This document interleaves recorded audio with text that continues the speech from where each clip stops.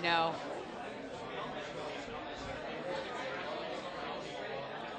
Good afternoon and welcome to the Milwaukee Press Club Newsmaker with Scott Walker. I certainly didn't mean to interrupt, but you know me. Have a seat. My name is Kathy Michelby. I'm the current president of the Press Club. Honored to be and honored to have this sold-out newsmaker. Give yourselves a hand for filling the room. Thank you very much. Steve Jagler works very hard on these, and he did a fabulous job again. Not to look ahead on the calendar, but on the 15th, we'll have the Fitzgerald brothers here, so that's a week and a day from today. So let's fill it up again, and mark your calendars as well for the Press Club City Birthday Party, which is January 25th at Potawatomi. So we have a lot of fun stuff ahead. But most of all, we're here to welcome Scott Walker, who it seems like just a month ago that election happened. Is that how it feels to you, too? Wow. I imagine it was, grueling to get there, more grueling than even for us, for an election to happen and to get there and to get here, and a month away from the job. So with no further ado, I'm going to introduce Steve Jagler, who will introduce our panel.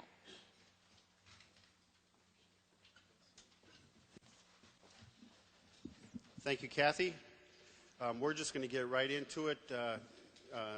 Our guest has a very stacked schedule today, and we're just happy that we were able to get him to appear at our club today. So I'm going to introduce the media panel. I'm always grateful for all the working media here today, and I want to thank you for that. And on the panel today is Rich Kirchen from the Business Journal, Lee Berquist from the Milwaukee Journal-Sentinel, and Kent Wainscott from Channel 12, WISN.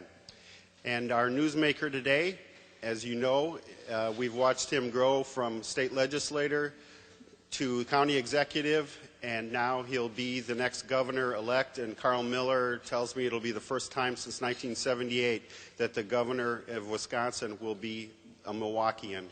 And we're just going to get right into today's program. Our newsmaker will speak some opening remarks. The newsmaker panel, media panel, will ask him some questions. And the last 15 minutes or so, at about 1 o'clock, we'll cut that off and we'll take questions from the audience. So please welcome the next governor of Wisconsin, Scott Walker.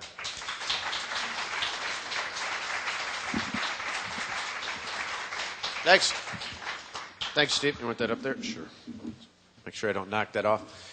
Thank you all for having me. It's good to be back here. Although I got to say, Steve, when you said "watch me grow," my parents, when I was a kid, used to love they had an old 45 of the song "Watching Scotty Grow." I'm glad you didn't play that at the beginning. That would have been a little much, but I appreciate that. Appreciate the chance to share. I'm going to spend just about 5 or 6 minutes talking specifically about one particular topic, and then allow the panel to ask, and then I'll ask all of you to ask some questions as well. Clearly, throughout the campaign, and even more so in the month or so that's passed since November 2nd, we've honed in on two key issues, certainly jobs and spending. The economy and the next state budget are really the two core issues I heard about over and over and over again on the campaign trail, and there's certainly the focus of what we're doing in Madison as I commute back and forth, sometimes multiple times. Today was one of the days I was telling the panel before we came up, and it's one of those where people say, oh, it must be nice after the election to just relax a little bit. Well, Wednesday the 3rd, I was in the courthouse about 7 doing interviews, was in front of the Finance and Audit Committee at 9, was in the Capitol by 1, and that night I got home and I had a headache about 9 o'clock, and I realized I hadn't eaten all day. And so you have to squeeze those little things in along the way, but I'm not complaining. I asked for the job, and I'm up to the job, and I'm ready for the job of getting the state back on track. Certainly we spent a lot of time, including yesterday, talking about the economy and about how the statement I had on the podium the night of the election wasn't my name, wasn't our campaign slogan. It was very simply put, Wisconsin is open for business. What we need to do to show that that's more than just a slogan, it's a substantive change in the state, and certainly I'll entertain some questions about that.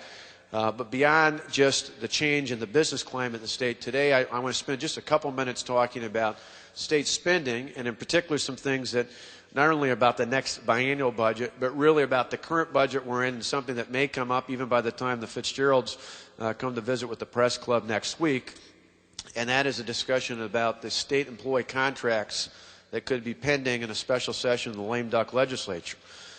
You see, right now, we've laid out the fact that there are some significant challenges not only in the next state budget, but in the fiscal year that the state's operating in today.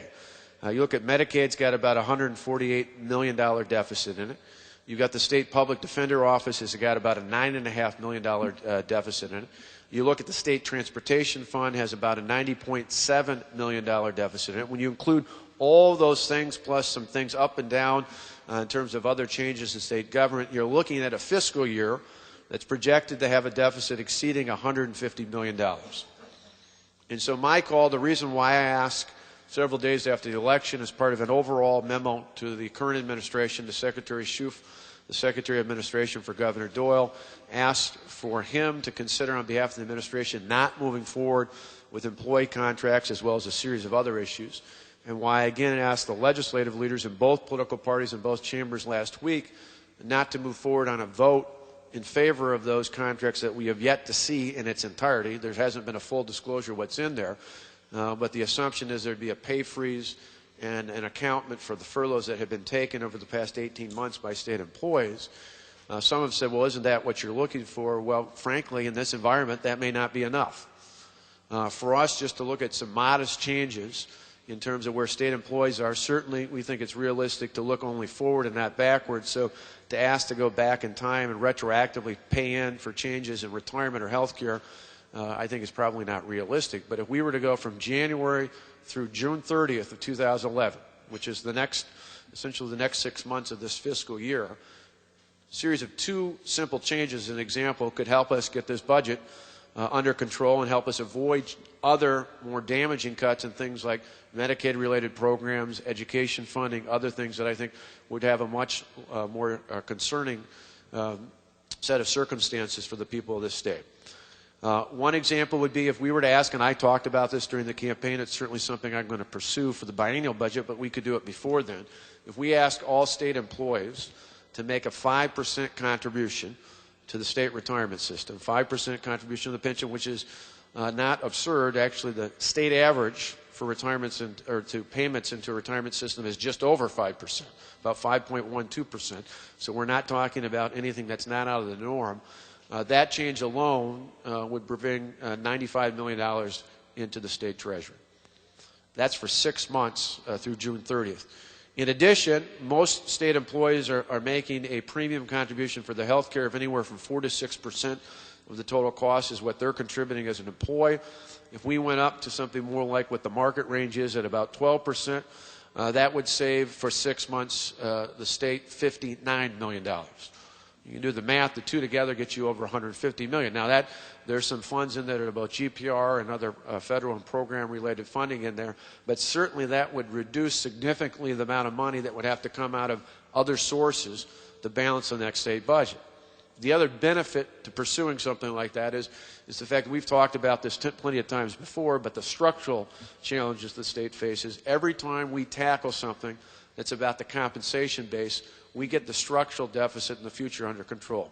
If we do it now in this fiscal year as a lead into the biennial budget, that compounds because those savings are for 6 months. Obviously, in a biennial budget, that's 4 times as much as savings, but it also helps us in future budgets. Every time in the past, and this predates the current governor, the budget has been balanced by things that just do one-time savings. It just pushes not only the structural deficit off to the future, kicks the can, if you will. In many ways, it actually makes it worse because those costs compound. They're not just the same transferred on from one biennium to the next. They compound over time, and until you tackle them, you really put the state and other entities of government as well as other individuals in greater peril in the future. So certainly, if I don't want to stress anything else today, I want to stress that for us, we believe firmly, I believe personally, and I believe the people that are part of our incoming administration firmly believe that the way to get things under control is to get wages and benefits under control for state employees. There's obviously a lot of great people. You're not going to hear me degrade state or local employees in the public sector. There are good people who work in government. They are public servants. But we can no longer live in a society where the public employees are the haves and the taxpayers who foot the bills are the have-nots. Public employees can't be the untouchables. And if we're going to have sustainable budgets for years to come that provide the kind of services that we expect from public safety and safety net programs, transportation, and most importantly these days economic development efforts, we've got to have a system that's financially sustainable into the future. So that's part of my message today. I believe we can do this. I believe we have to do this. And for me, it's a good combination. I read the other day when I was up in the northeastern Wisconsin, one of the chambers had a description of the incoming administration, and I kind of liked the analogy he used. He said he described me as somebody who had the passion for jobs at Tommy Thompson and the passion for cutting budgets at Chris Christie. I kind of like that analogy. So I don't know if I'll have to attribute it or not, but I think we're going to have to do a little bit of both. We're going to need that kind of firm leadership to get this state going again. And with that, I'm not going to eat up all my time talking, but I think Steve likes, I don't know, I'm our moderator. We just turn it over to you guys for the questions, but we'll get right into questions so we can get not only through our panel, but for folks from the audience who want to ask.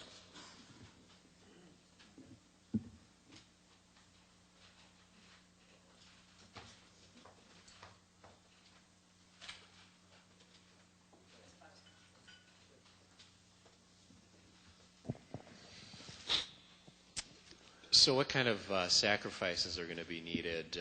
You mentioned state employees. What about at the local government level, school districts and so on? What kind of sacrifices are you going to be asking for from all levels of government and the public sector as well as the taxpayers? Sure. Well, obviously, we've got about 2 months to go before the next state budget will come out. So part of the reason why I was in this morning at 7:30 in the Capitol for briefings, and the next spot I'm going back to is the Capitol, is looking through all the different options. The State Budget Office, again, Governor Doyle has been, while we have our political differences, has been very gracious in allowing his administration to work with us on transition, and in particular in this case on the budget. The full budget team has been working with us.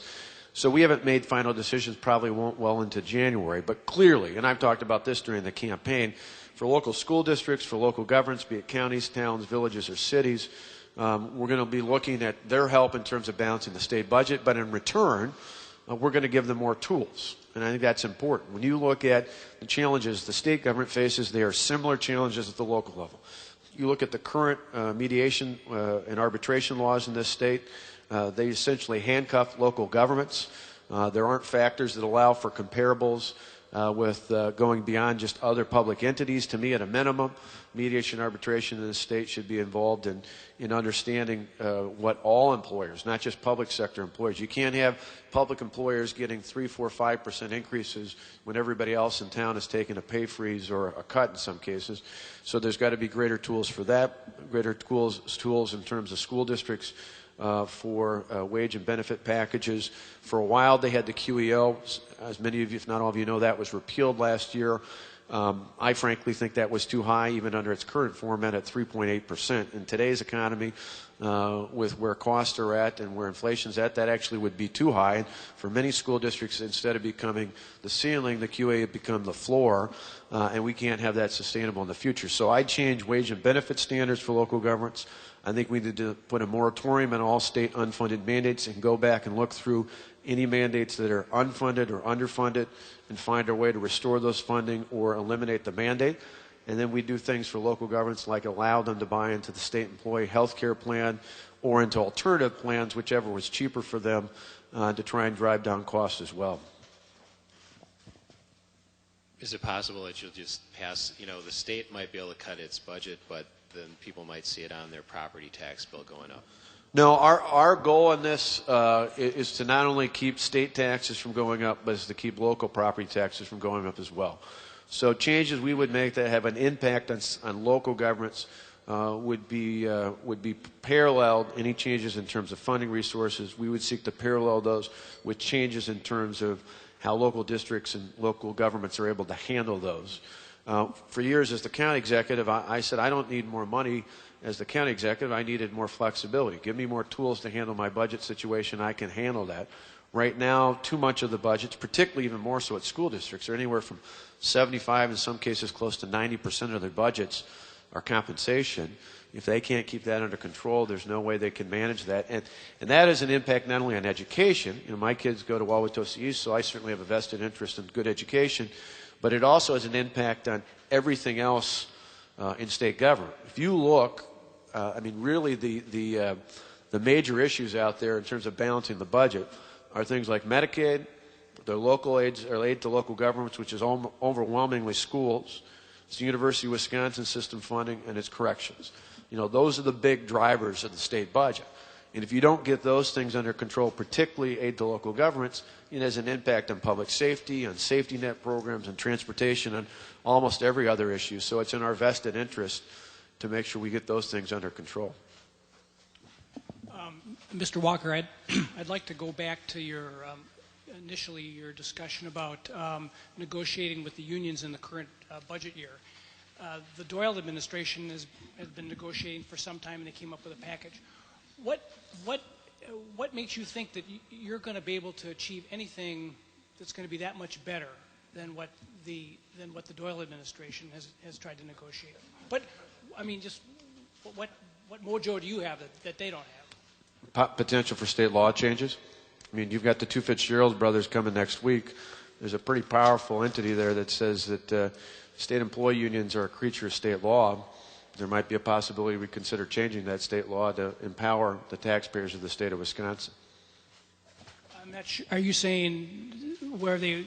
Can you just elaborate on that? Are Sure. you saying that they? Well, again, we don't have a formal proposal, but those are all options. I mean, those are things we're exploring every option out there, not just for this fiscal year, but looking ahead to the next state budget, as to whether or not decertify the union? Is that what there are any spectrum of things out there would be things that we'd consider.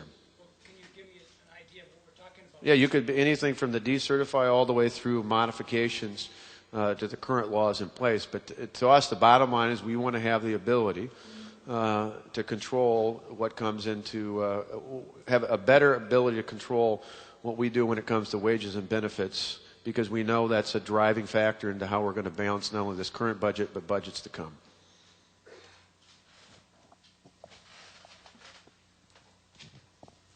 It's also, I should leave one other thing I should say, it shouldn't be any surprise. It's why the letter many of you saw go out the other day from ASME. Leadership pointed out that they were trying to get the budget through, or to get the contracts through before our administration was in place, because they know, not just to save taxpayers money, but because, I mean, the important thing to remember is, I think in this debate, you not only have taxpayers on this side of the equation, you have everybody who cares about everything else in state government on that side. Because if you start taking hundreds of millions of dollars and say that's off the table, you can't use it, for birth to 3, you can't use it for education spending, you can't use or funding, you can't use it for other things. It's now going to be in wage and benefits. That's money that comes away from all the other advocates for other services out there. So you really, you have a scale here where you've got, the public employee union leadership, and I wouldn't put every public employee in there because I think a lot of people recognize there's got to be a balance. And you've got everybody else who are advocates for taxpayers and people with special needs and transportation and education and everything else out there, knowing you can't, the scales have to tip more on this side and less on that side. There's got to be a balance there. So, the bottom line is we're going to look at every legal mean we have to try and put that balance more on the side of the taxpayers and the people who care about services in this state. In talking about the state contracts and your call to the legislature to put those on hold, last week you said that approving those contracts would, in your words, take off the table one thing that might allow us not to have cuts in education and health care. You specifically identified those two areas. So if the contracts are approved by the current legislature, exactly what cuts in health care and education are you envisioning that might not otherwise happen? Well, if you look, again, and all these things are built, so if you take the current fiscal year, use the numbers I mentioned right off the bat. If we said potentially we could have more than $150 million worth of savings in current fiscal year we're operating in right now, if we came back and said let's make a change when it comes to the pension contribution and a change when it comes to the contribution for premiums for health care. Those two would provide, over those 6-month period, over $150 million. You then look and say, not only in terms of savings in this current fiscal year, but then you build a budget for the next biennium based on those sorts of changes. Those changes, are 6 months, they're now multiplied essentially 4 times over. Those are savings both now and in the next budget that mean, potentially 4 times as much money could be avoided in terms of cuts that would take to balance the budget. So, again, right now in this fiscal year, $150 million, I think it roughly adds up to. That's $154 million less we would have to cut from programs related, that are funded through Medicaid or program or education funding, aids to local governments. And we don't have a specific program we're targeting that, but saying those are the big drivers. You don't make a whole lot of savings just out of, a little here, a little there. It really comes out of Medicaid, school aids, and local government spending. And again, when you compound that $150 million over a biennium, suddenly you're talking about obviously hundreds and hundreds of millions of dollars that would otherwise potentially have to come from those major cost drivers. You haven't targeted anything, though? Nope. No. No, we haven't targeted, but to me, I think there needs to be a reality check for everybody across the state of Wisconsin that you don't cut hundreds of millions of dollars out of the state budget. You don't cut billions of dollars out of the state budget unless you start cutting into things that are Medicaid driven or education funding or things of that nature, unless you have alternatives like we're talking about with the wage and benefit reforms. I mean, that's just simple math. It's not a threat. It's not a curse out there. It's just a simple reality that there's only a limited amounts of state budget that have that kind of revenue in it. And to me, I'd much rather have it there. And it has the long-term benefit of helping you not kick the can into the future, because the benefit of starting out with a more realistic base. And again, I think anybody who's here who's not in government would say 5% contribution to your retirement, 12% contribution in terms of premiums for your health care is a pretty reasonable option. It's not exorbitant. I mean, Harley-Davidson, I think, as I remember, their contract was looking at a 7-year freeze in terms of wages and a major contribution boost in terms of their health care plan.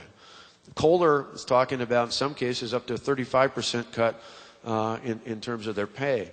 Other places have made similar changes in terms of adding more premium for their current workforce. Again, these are tough times. For us, certainly addressing the tough time of the budget crisis we face in the state, but also, again, long-term, putting us more in line, again, so that the public employees and the rest of us are on the same plane, I think is helpful long-term.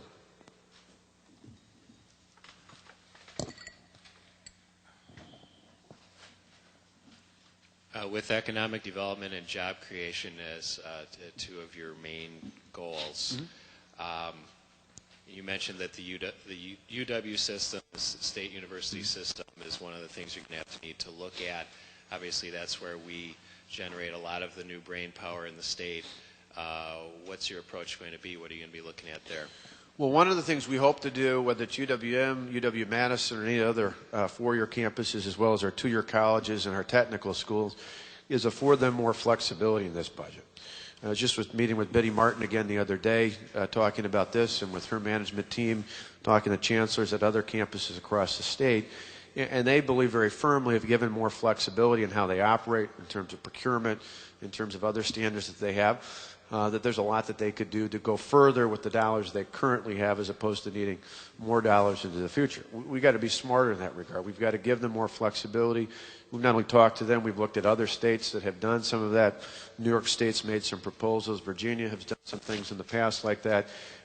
We need to look at those models and then create a model of our own here in Wisconsin. So, again, we haven't laid out the exact format that's forthcoming in the budget, but certainly we're going to do more to give each of our campuses more flexibility in how they operate, which will help them take the dollars that they will be getting from the state and use them at a better pace and a better level. The other part is, and this goes beyond just your question, but I mentioned this at the Board of Regents meeting a couple of days after the election. We need to have our institutions of higher learning, not only our University of Wisconsin, but our colleges, universities, and the private colleges and universities, as well as our technical schools, at the table every time the state meets with somebody about expanding in the state, growing in the state, or coming in from another state. It's one of our most valuable assets in terms of making an appeal to a current employer, a would-be employer, about building their base and expanding their base here. The state hasn't done that effectively enough, and we're going to do that. It's something that the regional economic development efforts, the M7 here, the New North I was with the other day, others have done very well. But we need to make sure the state does that from the moment they start meeting with a business. Would you look at closing any campuses or consolidating anything in the system? We haven't looked specifically at closing a campus. There may be some consolidations of services, however, that make some sense, and that's something we've talked not only with the UW system on, but certainly a number of the chancellors on, who have some pretty bold and aggressive ideas about that, about how they could benefit from that. And in many cases, allowing them to, again, the flexibility to expand. I've talked to a lot of our K through 12 leaders, our school administrators and others, about getting them to move more towards virtual education, not as a replacement to the current structure, but to tackle some of the higher cost categories they have. And I said, look at our university system, because they've really been leading the way. We like to give them more flexibility to go down that path, because obviously there's some cost benefit in terms of more virtual learning as opposed to just the infrastructure needs that they currently have. But it's got to be a combination of the two. We wrote a story this morning about the Indiana model for economic development that you looked at. And I'm wondering if you could elaborate a little bit on this. This is an institution in a building here that loves transparency. Yeah. And I think there are going to be some legitimate concerns that loans that would be made or financial incentives that would be given to companies would be done behind closed doors. Could you talk a little bit about whether meetings would be open, would agendas be publicly available, and meeting notices, and would the work of this agency be subject to a legislative audit bureau? Again, in terms of specifics, those are all things that we'll have to work through as part of the budget process. We've looked at Indiana as a model in terms of some aspects, Ohio in terms of their venture fund, some other parts of the country, and even some things we'd like to do new. So it's really not that we're just going to copy or carbon copy Indiana. Some parts of that, some parts that are unique are in the big, bold plan that Competitive Wisconsin, the Wisconsin Economic Development Association, and the Wisconsin Counties Association put forward has some various aspects of that as well. We'd like to combine the best of that, but I think the closest parallel to that, again, in this region, and I know not only have many of the media outlets covered it, many are actually actively involved in it, is the M7. I mean, the M7 is a pretty, I think, a pretty parallel example of that, where you've got a public-private partnership. You have public dollars that go from the counties, the cities in this region. Certainly 100,000 goes from the state, which even in a tough budget, we're going to continue to do that for each of the 7 regional economic development efforts. You look at other public components to that, but then you have much more of that matched by the private sector in a pretty aggressive process here. Now, I think they've had a pretty, even though they weren't legally obligated to do that, the M7, in which I'm now currently a member of the Executive Council on, has been pretty good at being very transparent, having public meetings, talking about things. I would expect that same sort of transparency and disclosure out of what ultimately will come out of the Department of Commerce. In terms of the audit, for example, I hadn't thought about that specifically, but that's something we'd add to our list to look at, but it would make sense. Well, if I could follow up on it, in a situation like Mercury Marine, where there was significant dollars from the state to Mercury Marine, going in, we knew what the public knew what those incentives were. Well, once there was, if something like that became a reality, would the public know about that? Would that be publicly disclosed information, or would that be done by some kind of quasi-public or private institution where we would have no idea where public dollars were going? No, I think in the end, I mean, again, you look at the M7 model, and even what the State Department of Commerce does right now, they don't always announce what they're doing in terms of negotiations, but once they're ready once they've got a conclusion there where they're going to go forward with something, they obviously announce that, they talk about where the funding's coming from and where it's going. You know, certainly in our standpoint, we'd want to do that. You know, I want, as I mentioned throughout the campaign, I want not only you guys, I want, you know, the next couple of months, I want the Wall Street Journal, I want Forbes, I want Money Magazine to talk about the transformation in the state of Wisconsin, how things have turned around for business in the state, how it's good for employers who are here to grow and others from across the country to want to come here. So that's not something we're going to want to hide. We're going to want to let the whole world know, because we know when that happens, more employers are going to want to grow here, others are going to want to come here, and when we do that, that means more revenues into the state, which helps the other challenge we're talking about, the state budget. You know, the jobs ultimately fuel a lot of things, not only economic vitality, they ultimately fuel more revenues coming in to help meet all the other challenges that we face in the state budget. You've repeatedly talked about not taking any options off the table when it comes to balancing the budget. I have one, taxes. Which is where I'm headed when a member of your transition team, speaking for himself, recently suggested shifting the tax burden by increasing the sales tax. You quickly took that idea off the table. So Yes. do you envision any scenario in which Wisconsin taxpayers will face an increase in taxes or fees as a means to balance the budget? In terms of taxes, no. In terms of fees, to me, I look at a fee. If everybody has to pay it, that's a tax. So if everybody in town has garbage and you have to pay for that, that's a tax. If somebody pays a user fee for a specific area, to me that's different. I haven't ruled that off the table.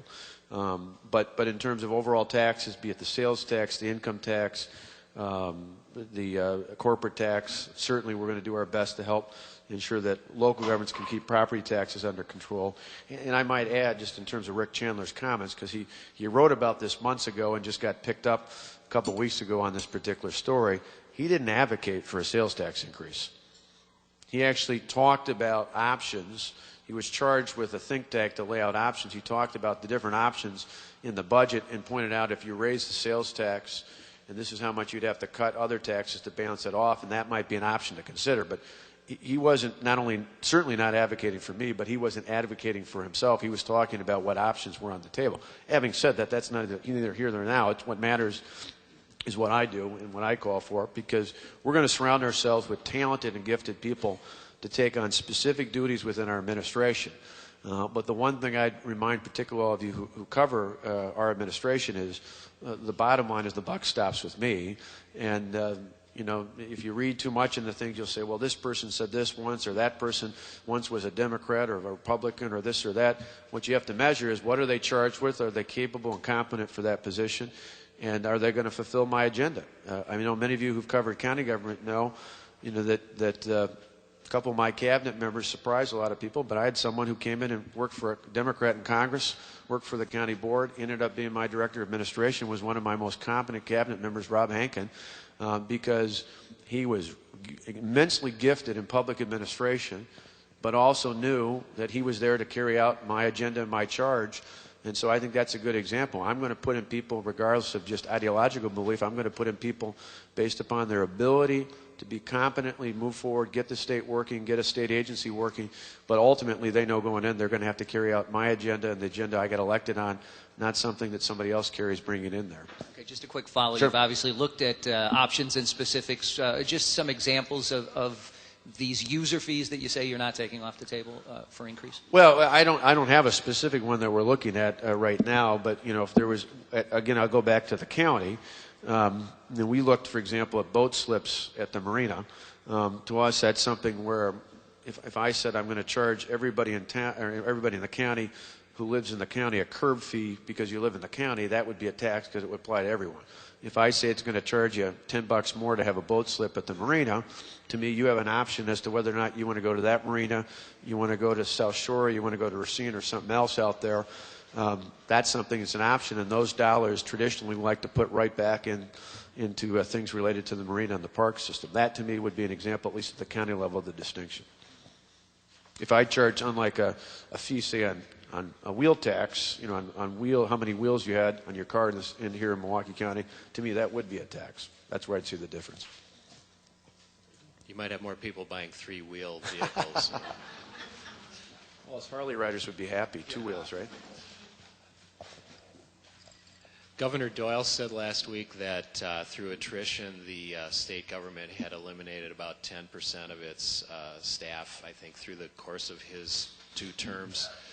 Do you think there's going to be a need for more staff cuts going forward in addition to what you've already talked about with their pensions and benefits and so on? Yes, but not new layoffs. What we're looking at, although, again, nothing's ever off the table, but what we're looking at specifically is just roughly about 4,000 positions that are currently vacant today but are still funded in state agencies.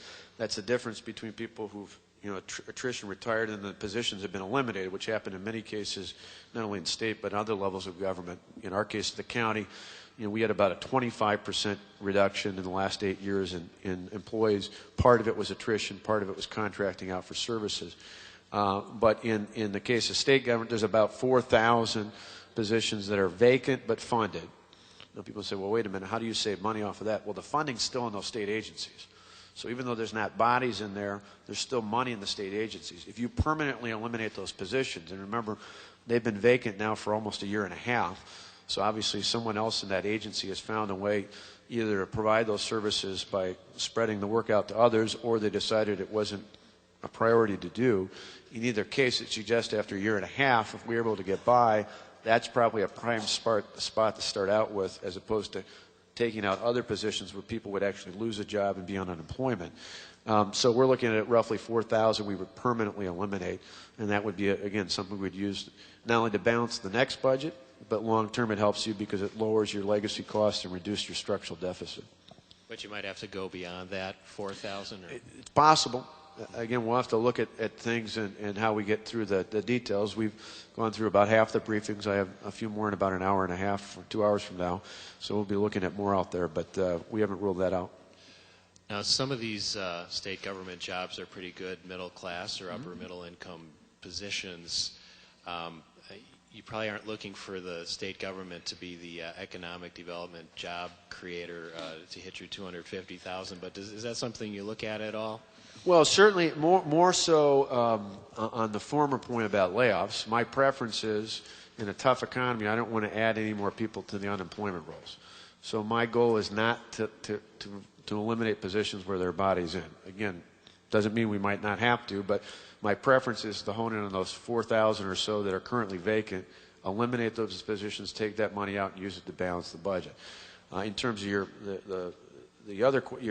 latter question, I guess, is yeah, well, there are good, decent paying jobs in state government. The bottom line is if you look at the return on the dollar for dollars spent on government employment versus private sector employment, there's a much greater economic impact on a given community and on a state on jobs in the private sector than there are jobs in the public sector. And so I'd like to see the greater economic return on that. To me, I was frustrated a year ago when the data came out and showed that there are now officially in the state more government jobs than there are manufacturing jobs for the first time in our state's history. That's just not sustainable. Again, you can't have more people working here than the people who are paying the bills that provide those services, and so there's got to be a balance. Certainly, there are rightful places for public employees, and particularly in public service or public safety is an area, but we're going to look in many ways as possible at what other alternatives we have, both to provide services and most importantly, to stimulate the economy on. President Obama is seen as having a comparable mandate to that of yours, but he's been criticized either for overreaching or letting Congress do much of the heavy lifting, and the result is he's left many people disappointed. So I'm wondering what you would do to avoid similar mistakes. Do you worry that you might stumble by overreaching? Well, I always worry about making sure I stumble, not necessarily about overreaching, but just stumble. You haven't watched me on the dance floor. I stumble quite a bit, but and hopefully not too many people you watching on the night of the inauguration. I might stumble quite a bit there as well, trying to dance, even with a few lessons. But on the serious side, I think the focal point has got to be on jobs and the budget. I mean, I think part of without being a political pundit here, I think part of the president's challenge is he took on a whole lot more issues before fully resolving the economy. Remember at the beginning of the stimulus, the argument was you had to pass a stimulus to keep unemployment from going over 8%. It ultimately creeped up close to 10%. I think for most people who looked at that stimulus package and were left unemployed and said, what did this do? Now, you can argue whether it would have been worse or not had it not happened, but I don't think when you have an economic crisis of that proportion around the globe, and particularly in this country, you can stop keeping your eye on that ball. And I think a lot of people, similar to the mistake President Bush made when he landed on the USS Lincoln under the banner that said mission accomplished, left a lot of people wondering what was going on. In both cases, you've got to focus, you've got a priority, you've got to stay on it. From our standpoint, I've told people repeatedly in my transition team, I've told others who listen, for the next 4 years, there's two priorities as to what will come across my desk and what we're going to focus in on. What will this do to help existing businesses in this state stay here, grow here, expand here? Or, secondarily, what will this do to help attract businesses who aren't currently in the state to come and add jobs in the state of Wisconsin? If it's not one of those two priorities, if it's not one of those two issues, I should say, it's not a priority. We're just not going to focus in on that. Doesn't mean we're not going to do anything else. But to me, in terms of our focus, our priority, our agenda is going to be driven by those things. Certainly, we have to pass a budget. We're going to be a part of that, and I think in many ways, passing a budget that is mindful of those two categories certainly is a help. But if we're going to tackle long term all the other challenges, not only because the economy is tough right now, but because you can't do it if you keep having less and less revenues in the state. You've got to tackle that challenge first. And when you start turning the economy around, it makes it a lot easier to tackle every other challenge that we have out there. Safety net problems, public safety problems, education, higher education, all of those, I've said, are much easier to tackle if you've got a strong economy in the state. We saw in the 90s the fruits of that. I mean, think about the comparable. 25 years ago, 1985, we lost 178,000 jobs. You were coming out of a national recession. We had a huge budget hole in this state. The next year, a guy by the name of Tommy Thompson got elected governor. Now, in that first term, the policies he put in place, even in that case, even though he didn't have, we talk about Fitzgerald Brothers, he had Democrats in charge of the Assembly and the Senate, and yet he was able to push forward an aggressive strategy to get the state more business-friendly, more job-friendly, more job-creator-friendly. And by the end of his first term in 1990, we had created 258,000 new jobs in the state. You look at what happened in the 90s in terms of changes we were able to make in the state, those were positive changes, were largely driven because we turned the state's economy around. More revenues came in. It allowed us to do greater things, reforms for the state of Wisconsin. And that's what we have to tackle at first. So the bottom line, Lee, is to get that done, you got to stay focused on the economy and you got to stay focused on controlling spending. You get off track on that, it's going to, the same stumbling will occur. With that, we're going to take some questions from the audience for the last 15 minutes. Governor, first of all, congratulations. Thanks. Representing Progressive Railroading magazine today, and I was hoping that you could talk a little bit about what kind of environment the railroad industry will find in Wisconsin under your administration, given your stated opposition to the high-speed rail, and that as a follow-up question, are you still opposed to that entirely? Yes. I'll say it as simply put as I can. I told Secretary LaHood that. I told the President. I told others that. Now, we've had good talks with Secretary LaHood about whether the options that might be out there, because certainly the high-speed train line, proposed line between Milwaukee, and I hesitate to say high speed because it's, I think by any measure, it's not really high speed, particularly when you include the stops out there. But you look at rail in general, I don't have a problem with the Hiawatha. I don't have a problem with the upgrades. I don't have a problem with us connecting from Chicago to Milwaukee to the Twin Cities. We do it right now. We just don't spend $810 million in a line going between Milwaukee and Madison. We go north of Madison and stop in Columbus and go all the way up to the Twin Cities. I don't have a problem with that. When it comes to freight rail in this state, I was just talking with the Farm Bureau the other day, and they're one of the many examples from a business standpoint of where we probably need to invest more dollars in upgrading our freight rail opportunities in the state, because that's a major option in terms of, you think about grain and coal and other iron ore and other commodities that we have in the state, to get it to ports, to get it to places that relieve the pressure in our highways and road system. There is a place for rail there.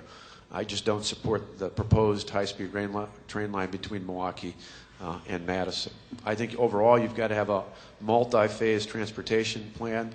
It's got to hone in on fixing our roads and our bridges, which are crumbling today.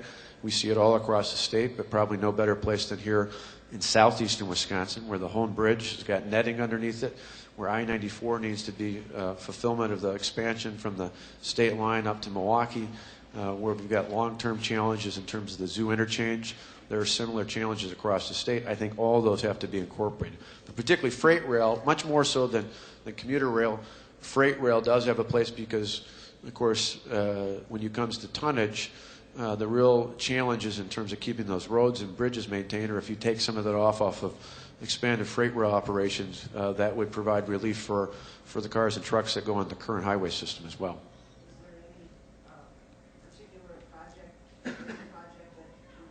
Already identified as worthy of state funding? Haven't gone through a series of specifics yet. No, just those are just general principles.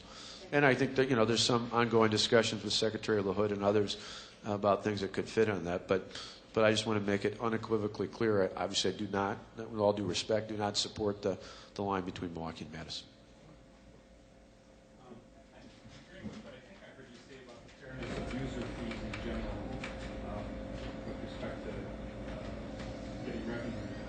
Every time I drive to Illinois and I see the Wisconsin cars on the Illinois tollway, and then I drive back here and I see the number of Illinois cars going clogging Interstate 90, going up to the Dells and so forth, I think about should we be considering toll roads in Wisconsin? How do you feel about that? Sure. Two things. One, we do get something out of them, just so you can feel better, in that we have one of the highest gas taxes in the country, and so they have to buy gas like everybody else. But I understand. I feel your pain. For us, we cannot, without a federal law change, we can't do across-the-board tolling, across the road tolling. That's a provision that's exempted or carved out, if you will, for the Chicago area and northern Illinois around Rockford. We could do, and we've looked at this, the possibility of congestion pricing, or what are often called hot lanes, where it would be, for example, if you're going to do an expansion in a given area, we're going to add a lane or two. Legally, we have the right under the federal interstate system to add a lane that would be something like the I-pass that you see in Illinois. We could do a Y-pass or something else like that. One of the challenges in looking at, though, is you really have to have some significant volume to make that worthwhile. But those are things we're looking at to say, we're going to add lanes, we're going to relieve congestion. You can still have free lanes that people drive in, but if somebody wants to go in a faster lane, get up, like you say, to the Dells or Monaco or somewhere else up there quicker, and they want those added lanes, that's one way that they could help pay for that.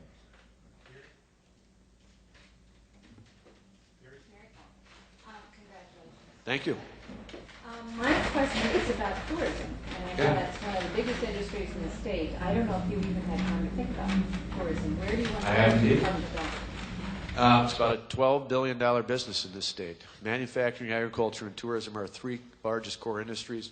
They have been for the last 162 years. I think they're going to be core to getting us out of the state's recession. And tourism, as much as anything, has been very challenged.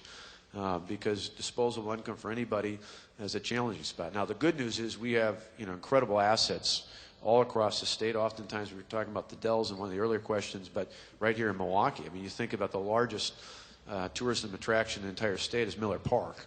You think about Summerfest, the state park, State Fair Park, other attractions like that.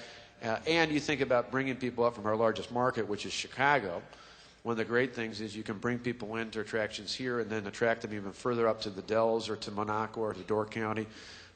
We've got to be aggressive in that. I think we need to be a bit more aggressive in terms of, again, public-private partnership. There are different ways of looking at that. There are weaknesses and strengths in some of the different models out there, but we'd like to do more to partner with the tourism industry to find greater ways to promote that. And I think in terms of the budget, we need to make sure that the vast, overwhelming majority of dollars that are in the Department of Tourism are money spent directly on promotions, not just on staff and other related services. The biggest bang you can get for the buck is actually putting money in promotions. We've seen it certainly. I know the guys from Visit Milwaukee here know that very well, that you put money behind campaigns in Chicago and you see in return, whether it's on TV or on buses or other things we've done with signs, that sees a direct impact of people coming in. And increasingly, beyond just traditional marketing, there's a lot of guerrilla marketing going on. There's things we can tie into specific events and venues that bring people into the state of Wisconsin. But we've got to be much, much more aggressive on that. And personally, I plan on playing a very active role in that. Now, some of you know over the past, I've done for 7 years a Harley ride around the state. I plan on going a little bit further now as the governor. But we've done that as one of the many ways that the governor, the tourism secretary, others can aggressively get out and promote, not just through spending dollars on marketing, but personally getting out and making the case about why we should come to Wisconsin. And I think one of the things we completely undervalue in this state, one of the things I was frustrated with the aborted tourism theme campaign that was out a year or two ago, was that our greatest asset is more than anything is water. I mean, why do people come up from Chicago? Why do they come over from the Twin Cities? They come to get away from it all. They come, whether it's on Lake Michigan, Lake Superior. we've got 15,000 inland lakes, 5,000 more than Minnesota. And all of ours have fish in them. You know, it's, I mean, there's really, when you look at the waterways in this state, the rivers, we're the only state in the union surrounded by the greatest river in the U.S. and 2 Great Lakes. You know, we've got all these assets out there. We've got all these reasons that draw people in that I said are ultimately a great place, you know, to visit, to swim on, to canoe on, to boat on, to sail on, to ski on, to you name it, or just to watch the end of a perfect day with the sunset as it goes across the water. That's what people come, more than anything, come to Wisconsin about. When I remember as a kid, not that I'm proposing to repeat this, but Escape to Wisconsin was a great slogan, because why do people come up from our major markets? They come to get away from it all. They come because it's not just that we're competing with those other places. We have something that most of those places don't have. To get away from the hustle and bustle, we need to do a better, more aggressive job at marketing that. One more. As county executive, you've been very supportive of programs for people with disabilities, programs like family care, supportive housing, GAMP, the children's waivers, and all those programs, in addition to supporting a lot of jobs, are funded by Medicaid. And I know that as someone with your values and commitment to these programs, you're going to face really tough choices with the Medicaid budget. So what my question is, will you commit to having your administration take an approach that uses a partnership model, where you would work with advocacy groups, with hospitals, with other providers, and bring us together to help identify for you some of the efficiencies in Medicaid and opportunities to make cuts that won't hurt people? Absolutely. I mean, I think that would be fabulous. And you think, and I know in a variety of ways, even looking at some of the changes that have been made the last couple of years in the budget process with new mandates in terms of collective bargaining agreements on home health care organizations and other things where, again, all due respect, but where sometimes it's really squeezed the dollars out that could go into direct patient care, certainly wanting to provide for caregivers, but making sure we did so in a way that, you know, allowed the balance between those who are providing high skilled and being able to compensate them for that, not being forced to do it across the board, to looking at other efficiencies that might be out there. There's no doubt about it, Barbara. We'd love to do that. Sure. With that, we're going to end the program. Thank you. Thanks, everybody.